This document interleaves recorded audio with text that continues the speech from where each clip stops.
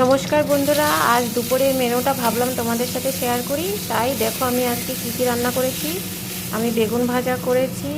বেগুনগুলোকে আমি কিন্তু একটু লবণ আর সামান্য একটু মিষ্টি আর সামান্য একটু লঙ্কার গুঁড়ো দিয়ে খুব কম তেলে বেগুনগুলো ভেজে নিয়েছি। এতে হলুদ দিইনি। এইভাবে ভাজবে, দেখবে কম তেলে সুন্দর বেগুন ভাজা হয়ে যায়। দেখো আমি ভাত করেছি, ভাতের মধ্যে কিছুটা আলু দিয়ে দিয়েছি। আলু ভাতেটা মাখার জন্য এখানে পেঁয়াজ, রসুন, কাঁচা লঙ্কা, শুকনো লঙ্কা ভেজে নিয়েছি। এখানে বিট ভাজা করেছি। আর এর মধ্যে কুচানো একটু সিম দিয়ে দিয়েছিলাম। এর মধ্যে একটু কাঁচা লঙ্কা ছিল, লবণ হলুদ দিয়ে আমি এগুলোকে ভেজে নিয়েছি। একটু গা মাখা করে আমি বাটা মাছ রান্না করেছি। আর এখানে দেখো আমি বেতো শাক রান্না করেছি, বেশ বড়ি দিয়ে, মটরশুঁটি দিয়ে, সিম দিয়ে, বেগুন দিয়ে সুন্দর করে বেতো শাকটা রান্না করেছি। আর এটা কিন্তু মাছের তেল দিয়ে ফুলকপি করেছি।